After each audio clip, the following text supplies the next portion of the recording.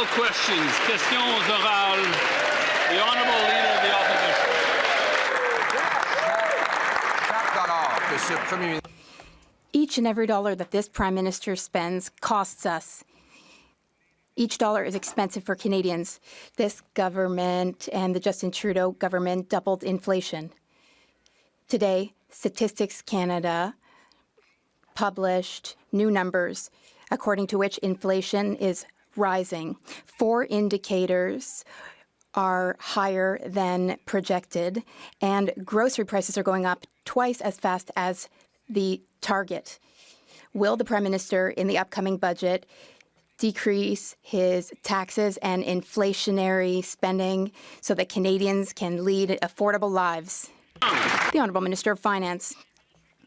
Mr. Speaker, I'm happy to see that the opposition leader is excited for November 4th. I'm excited too, as are Canadians. Why? Because we will have good news on November 4th, Mr. Speaker. We will present good news to Canadians. We will present an ambitious plan. Last week, I was in Washington, and the Director General of the International Monetary Fund gave Canada and Germany as excellent examples of countries with the ability to make generational investments. And that's exactly what we're going to do. We're going to build a strong, ambitious Canada in which Canadians are happy and proud. Monsieur le Président.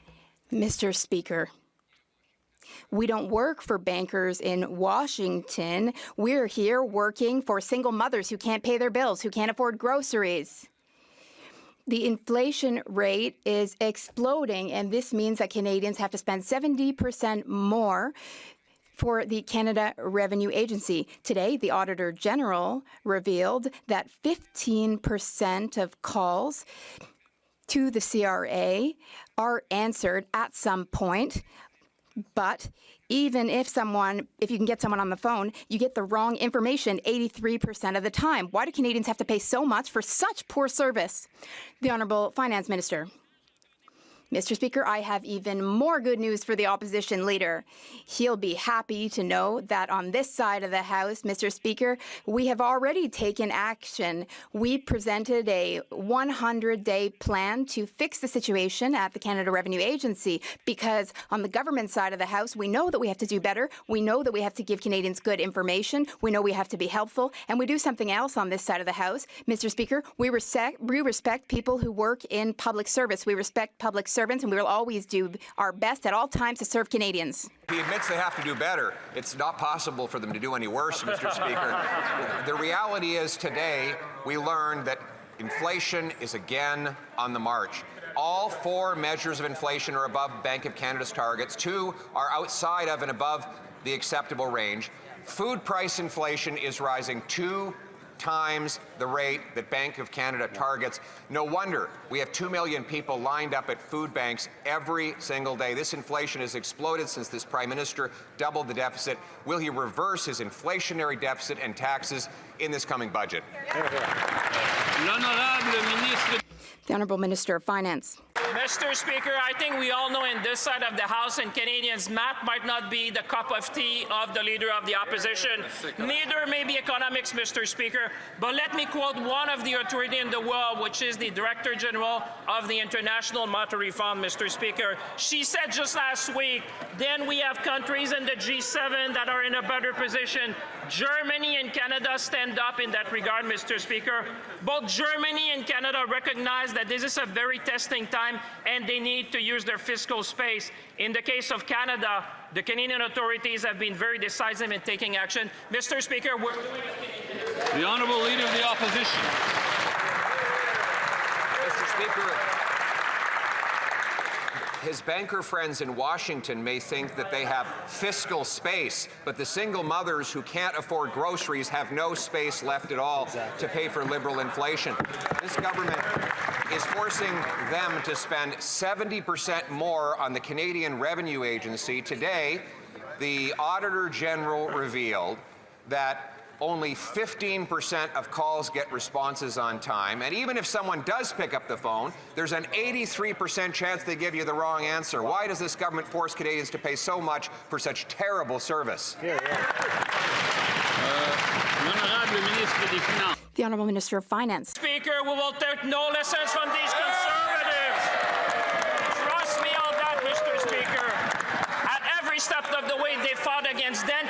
Mr. Speaker. At every step of the way, they fought against the National School Food Program, Mr. Speaker. At every step of the way, they fought against pharmacare, Mr. Speaker. At every step of the way, they fought against the programs that would support Canadians in time of need, Mr. Speaker. No one on this side of this House will tell us what to do. We're going to fight for Canadian. We're going to make Canada strong, Mr. Speaker. The Honourable Leader of the Opposition. Another day, more costly slogans from that member of Parliament.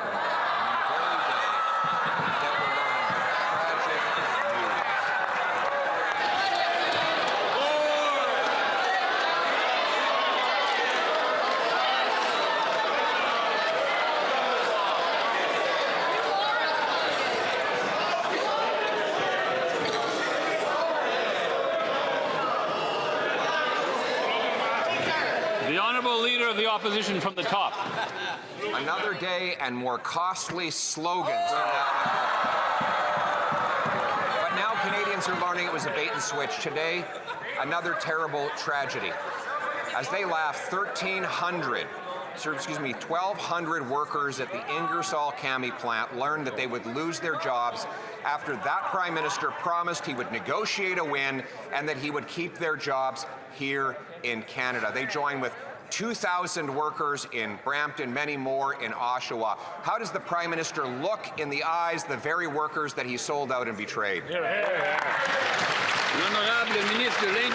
Honourable Minister of Industry. I'll tell you how the Prime Minister will deal with the auto sector. He will look at the auto workers in the eyes and he will say, "We will fight for your jobs." And that's exactly what we're doing.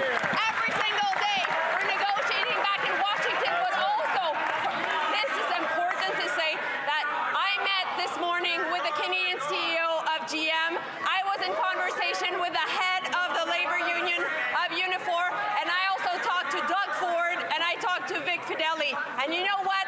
We're putting in place a response group. We will make sure that we fight for these jobs. We need to make sure that... The Honourable Leader of the Opposition. She announced just now that she talked to this person, and she talked to that person, and she talked to this other person, and she talked, and she talked, and they talk, and they talk, and nothing gets done, Mr. Speaker. Canadians are tired of talk. They want their jobs.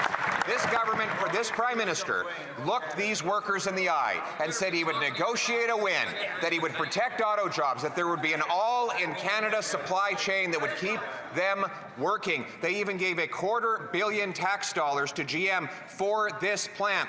And now those workers don't know how they're going to pay their bills. How does this government explain the broken promise and betrayal?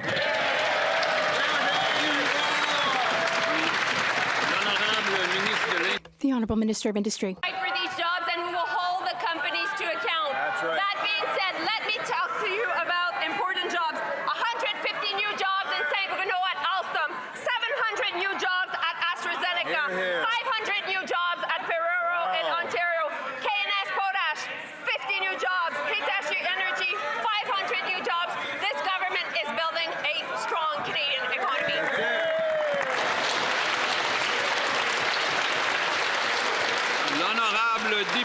The Honourable Member for Belleuil-Chambly. Mr. Speaker, the University of Quebec in Montreal was wise enough to forbid or block a conference of Imam Farouk, but he will still be in Brossard. That imam, that preacher, he will be able to spread hatred, and he will foment hatred legally in Canada. And why will he be able to do that? Because he legally has the right to do so. Will the government eliminate the religious exemption from the Criminal Code? The Honourable Minister of Identity and Canadian Culture. Thank you, Mr. Speaker. On this side of the House, we share the Leader of the Bloc Québécois' concerns. Hate speech does not belong in Canada. That's why the Minister of Justice is taking action through Bill C-5. We are especially targeting hatred. During the last legislature, we tabled legislation against hatred. We are going to do everything we can to ensure that hatred cannot exist in Canada. The Honourable Member for Belleuil-Chambly. The Minister of Justice is not really getting at the core of the problem. The real problem is the religious exemption, which is still in effect.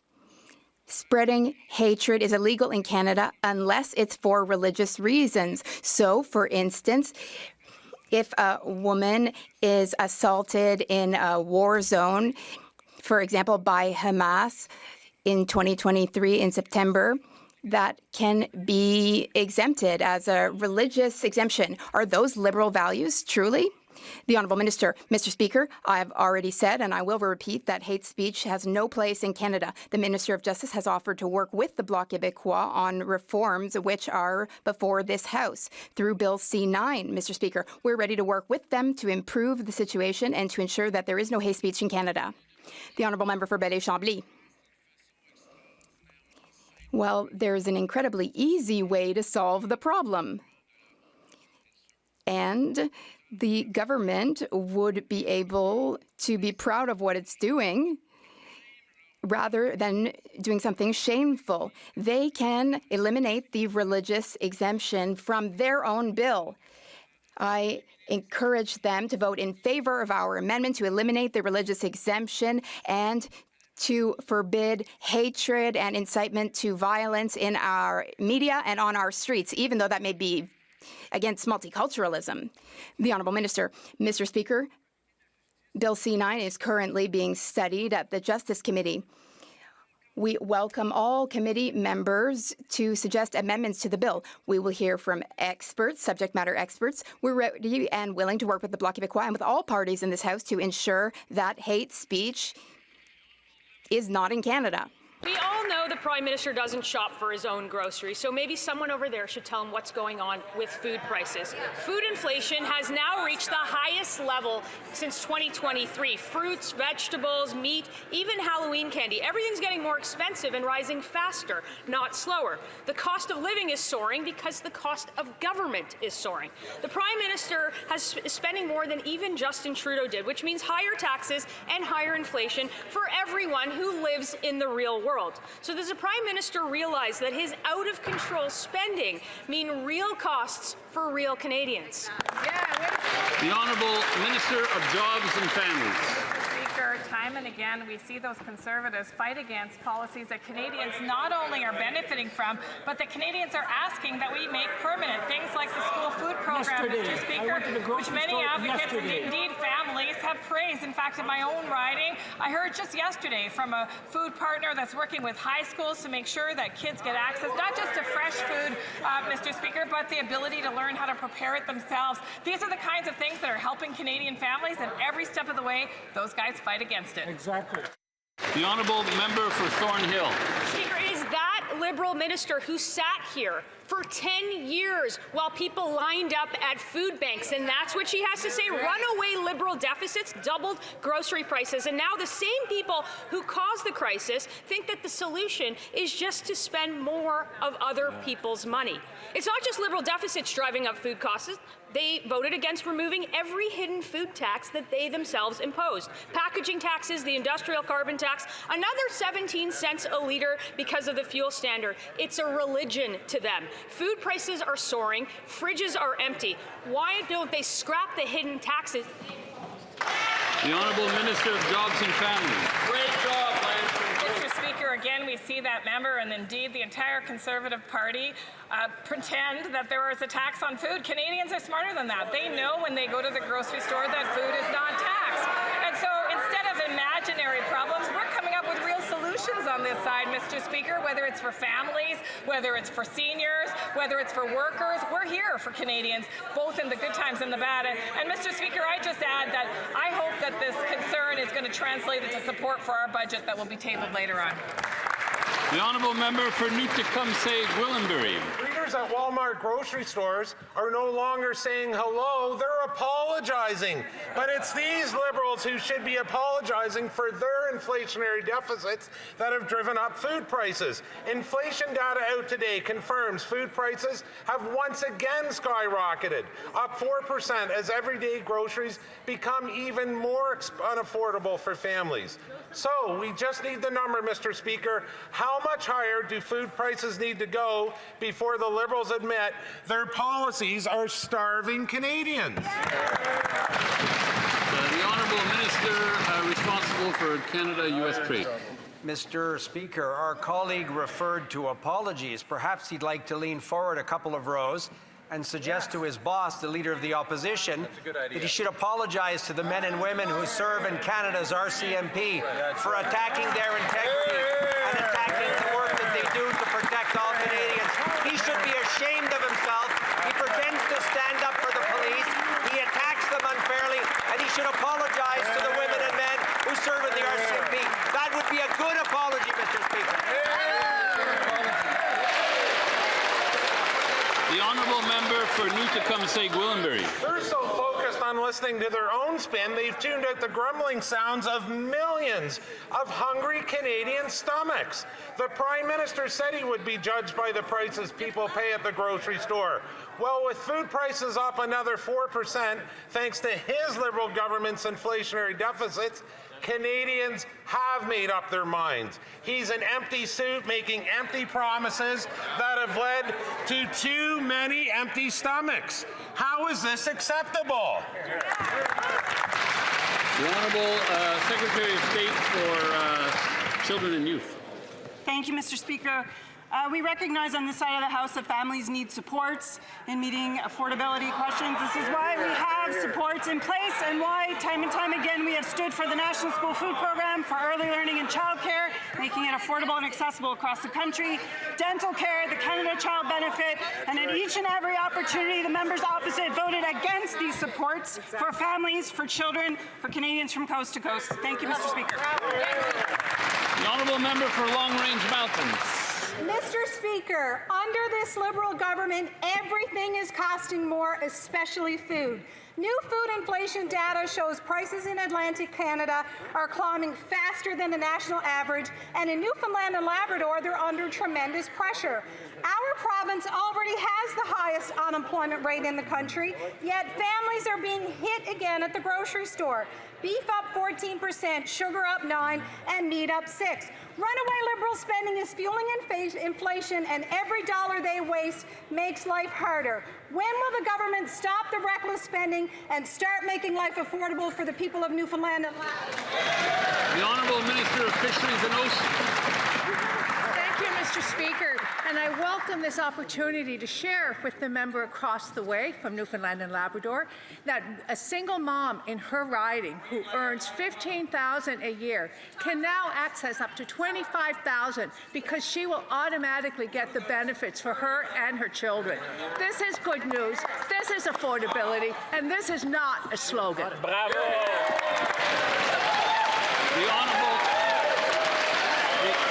The Honourable Member for Long Range Mountains.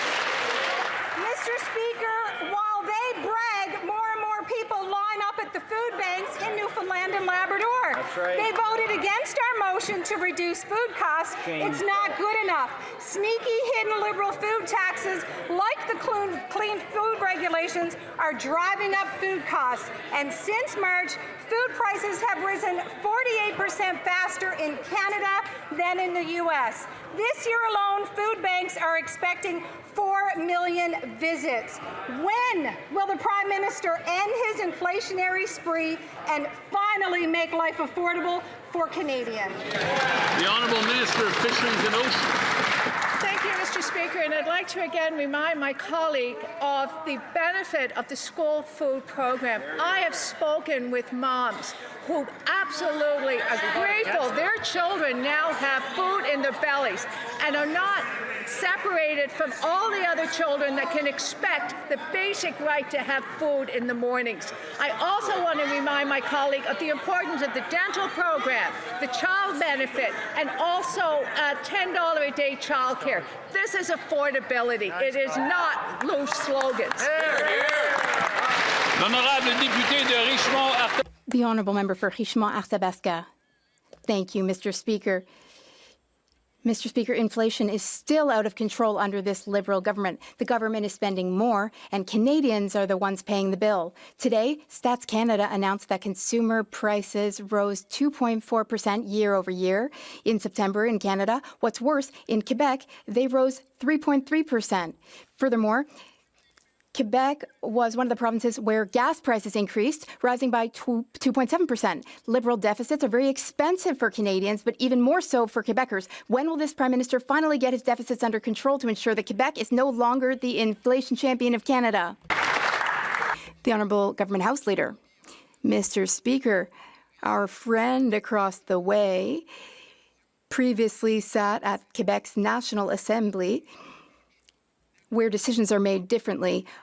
We have chosen to support families, to support childcare and daycare services, to support pharmacare, to support seniors, to support young people. And I think he would have made the same choice at the National Assembly of Quebec, though. So why is he rising to criticize us? Is he going to vote against all of our supports? If so, he should admit it. The Honourable Member for La Pointe-de-L'Île. Mr. Speaker, can you imagine being that disconnected from Quebecers?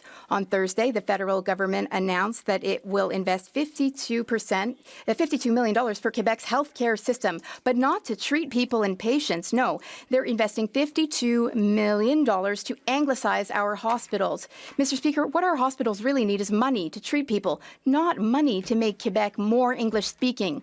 English is doing just fine in Quebec, including in hospitals. When will this government stop its crusade to make Quebec more English-speaking? The Honourable Minister of Identity and Canadian Culture. With all due respect to my colleague across the way, Mr. Speaker, he knows full well that our government is the one which has done the most for official languages in Canada through the reform of the Official Languages Act.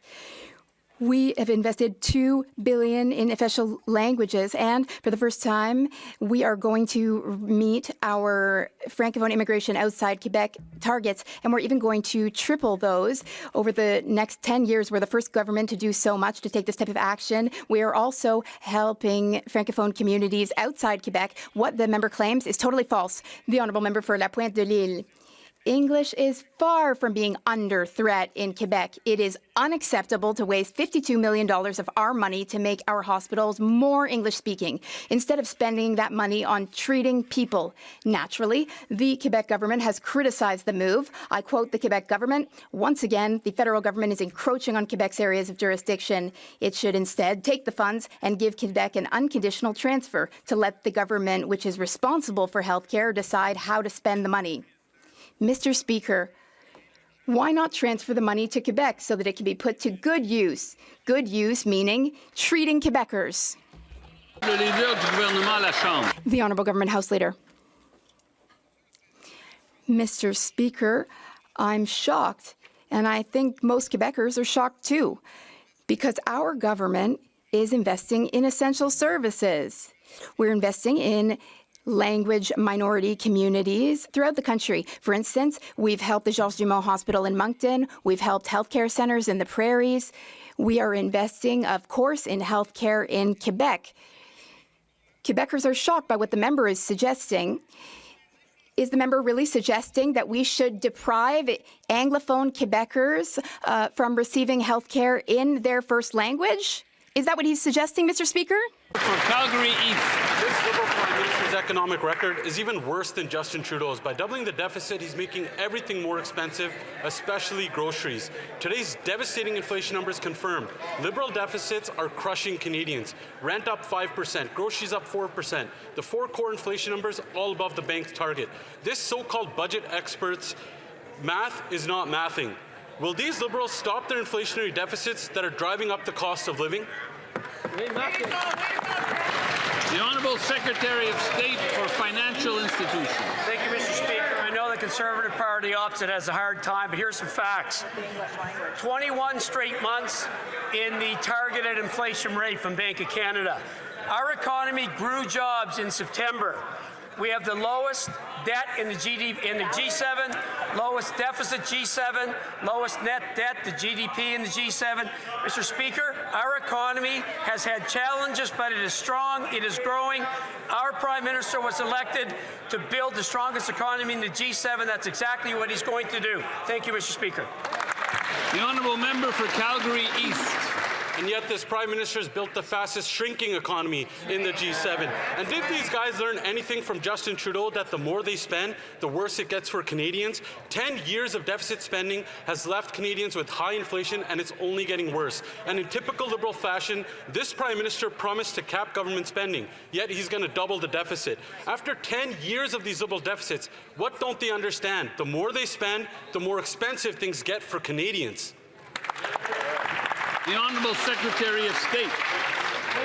Mr. Speaker, again, let's look at facts. Our economy is not shrinking. Our economy grew. It added jobs. Interest rates are down. Inflation is with targeted rates. On November 4th, we're going to table a budget. We're going to spend less. We're going to invest more in capital projects. We're going to invest in nation-building projects, infrastructure, housing. We are going to build the strongest economy in the G7. We're not going to take any lessons from somebody that's never worked in the economy. Thank you, Mr. Speaker. The Honourable Member for Hamilton East. Over the past weekend at Halloween events in Stoney Creek, the crippling cost of living was the hot topic at my booth. New inflation data confirms all three core inflationary measures are above target. Grocery inflation is up 4%, rent inflation is up nearly 5% in the last year. Liberal deficits are driving inflation.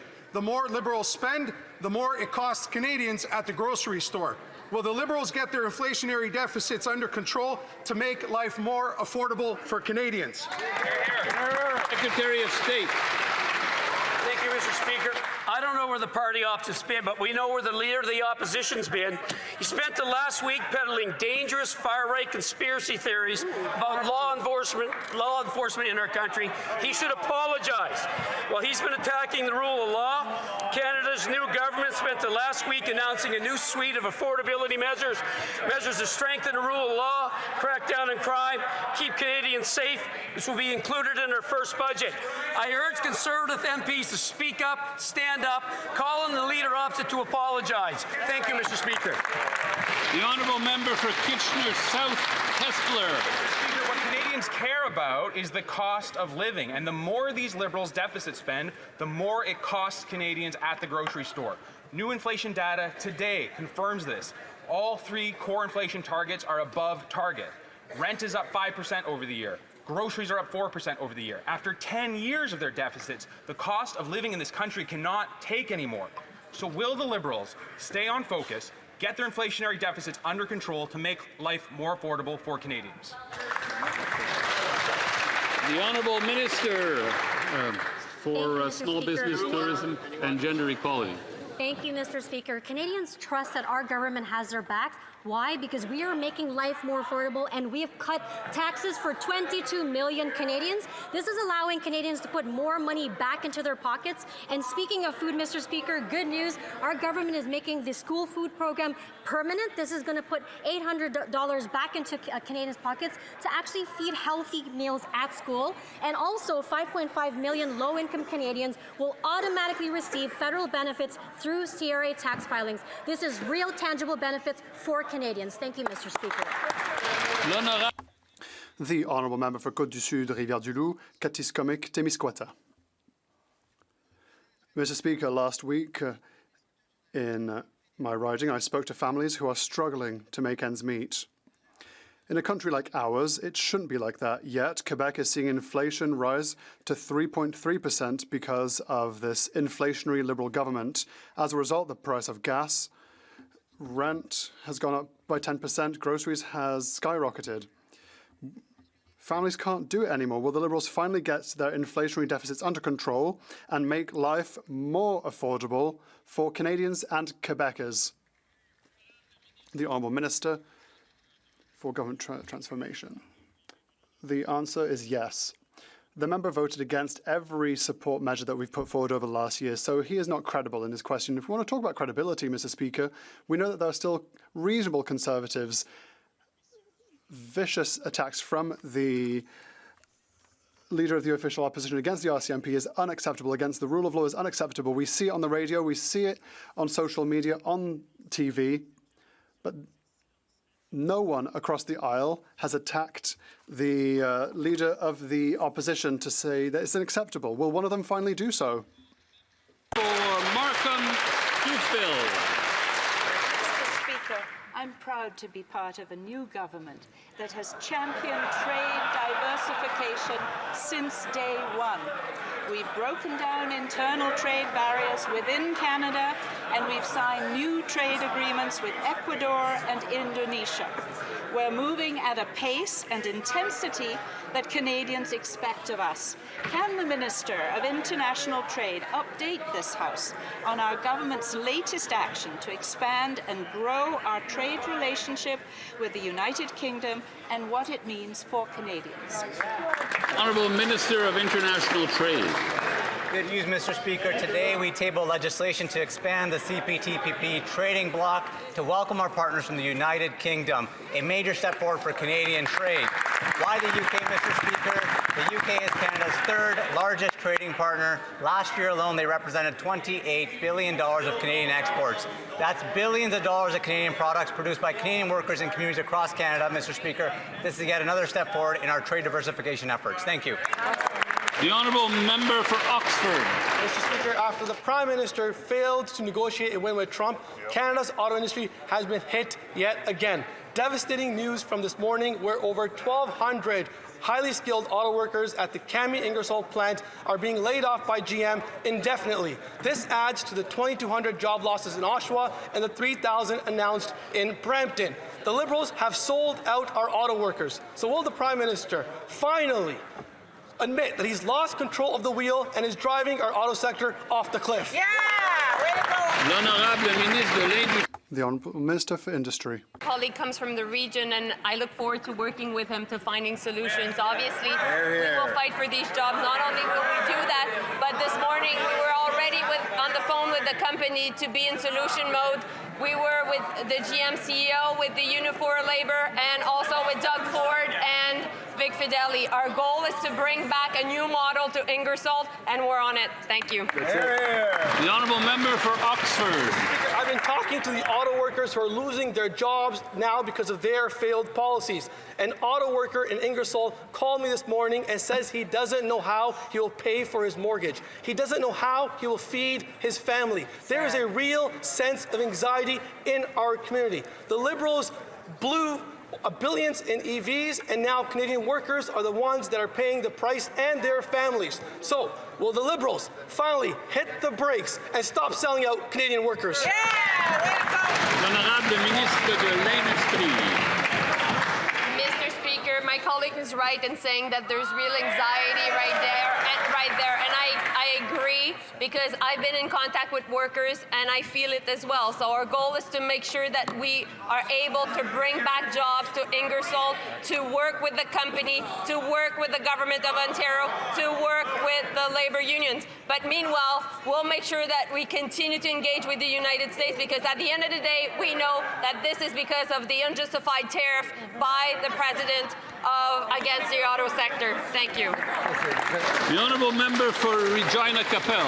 Mr. Speaker, this news out of GM today is another devastating blow for auto workers. It comes less than a week after Stellantis announced 3,000 layoffs as they move production from Canada into the U.S. The Prime Minister looked Canadians in the eye and promised that in exchange for their votes, he would prevent auto sector jobs from happening.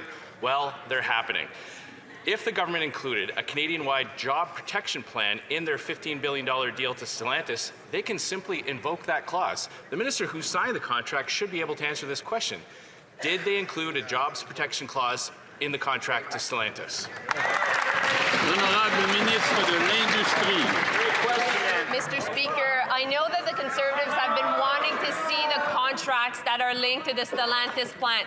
And you know what? We've said yes. So the opposition on the committee will have access to the contracts. And they will discover that indeed we negotiated well. And indeed, Stellantis is on the hook, Mr. Speaker. The honourable member for Regina Capel. Mr. Speaker, it's been a week, and all we've got from this minister is political theatre. She's bragging about who she gets on the phone. She's bragging about the tough talks she's having. Here's the thing. If they actually included a jobs protection clause in the contract, all they have to do is invoke it. I'm starting to get a terrible feeling. I'm starting to worry that they signed a $15 billion deal with Stellantis and didn't include a guarantee to protect those Canadian jobs. Can the minister tell Canadians very clearly, explicitly, did they include a jobs protection plan for all jobs at Stellantis when they forked over $15 billion? Mr.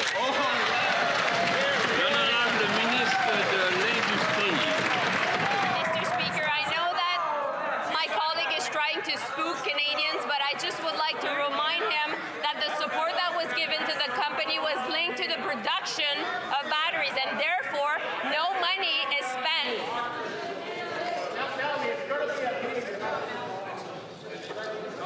Yeah, start from the top, please. I know my colleague's trying to spook Canadians right now, but I think what is really, really important to remember is that any support from the government was linked to the production of batteries. And in that sense, our support is linked from the moment that the production is happening. The production has not necessarily happened yet. That being said, Mr. Speaker, what we will do is to make sure that we hold Stellantis to account, because obviously jobs are important in the at the Brampton facility, and we'll continue to fight for these jobs. The honourable member for Calgary McKnight. Mr. Speaker, during the last election, the Prime Minister promised Canadians that he would get a deal with the United States. But since he was elected, tens of thousands of Canadians have lost their jobs, and $54 billion of investment has fled the country. Last week, Stellantis announced its plans to move their Brampton plant to Illinois after the finance minister signed a deal giving them $10 billion taxpayer dollars. Canadian auto workers want to know what job guarantees were in these contracts. The honourable minister responsible for Canada-U.S. trade.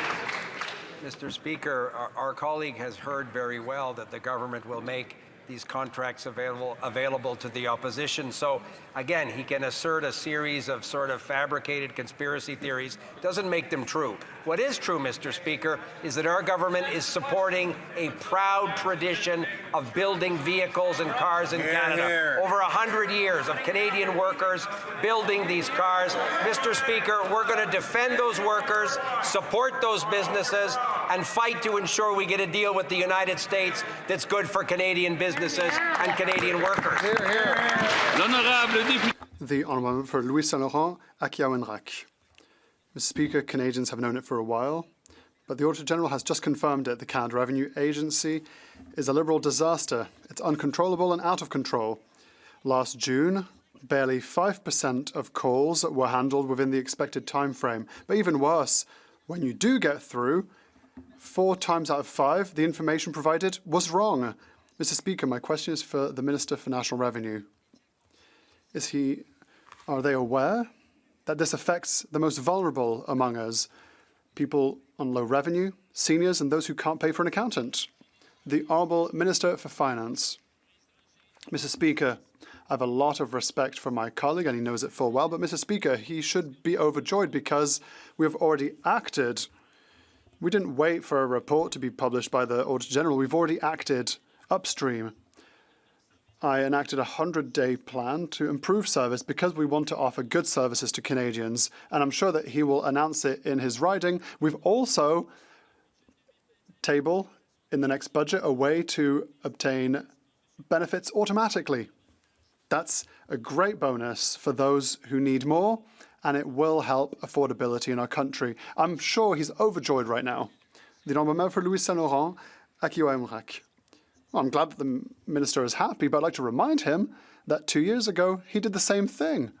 He claimed, I've met all the leaders of grocery stores and grocery prices will go down. But it's skyrocketed since, and that's the truth of the matter. But back to the CRA, Mr. Speaker. The auditor stated the agency places more importance on adhering to work shift schedules and breaks than on the actual accuracy of information provided to Canadians. What does he have to say about that? The Honourable Minister for Finance.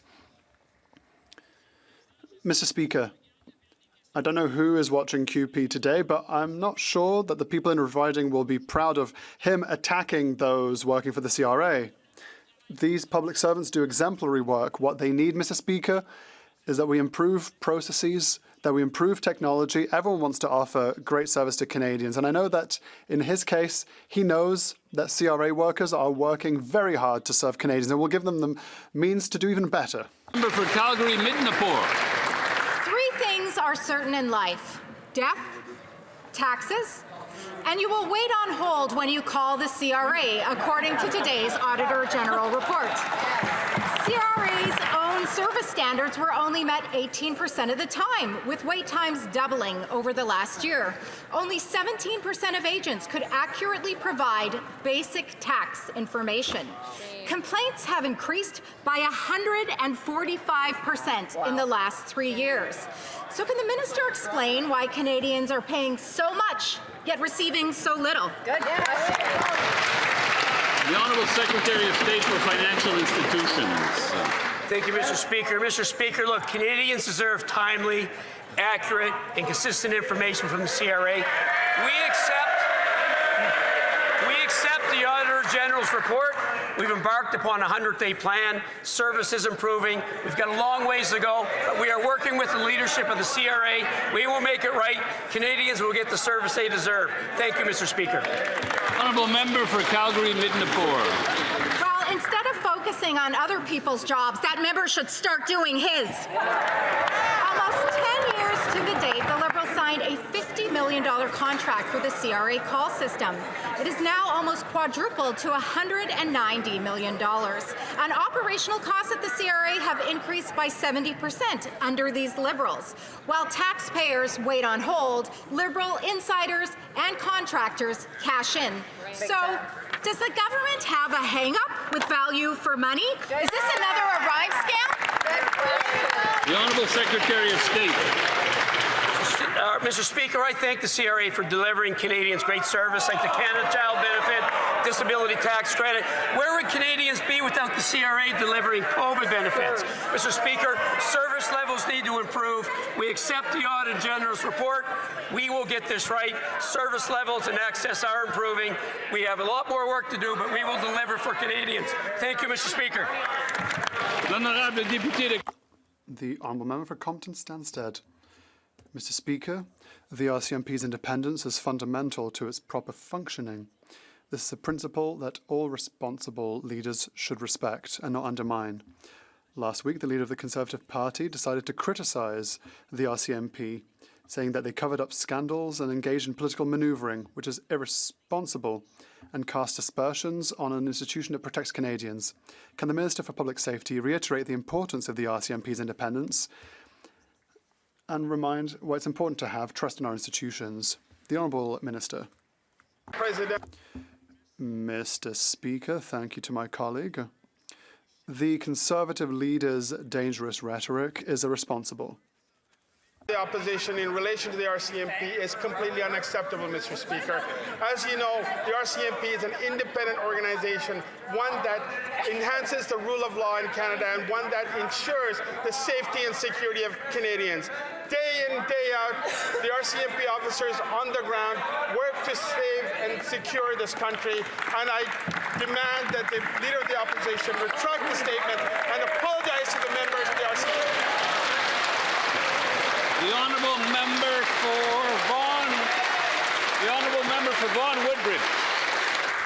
Mr. Speaker, while they continuously try and distract from their irresponsible policy, we on this side of the House stand united. United against Liberal deficits, against Liberal incompetence, and for the Canadian people. For 10 years, the Liberals have promised deficits would lead to investment, while Canada had the worst per capita growth in the G7 and a more than 10% drop in investment per worker. That's no surprise to Canadians, though. The same government, we have the same failed Liberal policies. So will they finally stop their inflationary deficit so Canadians can afford to live? Government House Leader. My honourable friend would like the distractions to stop. I suggest that he tell his leader to not go on podcasts anymore, to not pay for shawarma with crypto, and to not call into doubt the independence of our institutions like the CBC, the Bank of Canada, and the proud men and women of the Royal Canadian Mounted Police, Mr. Speaker.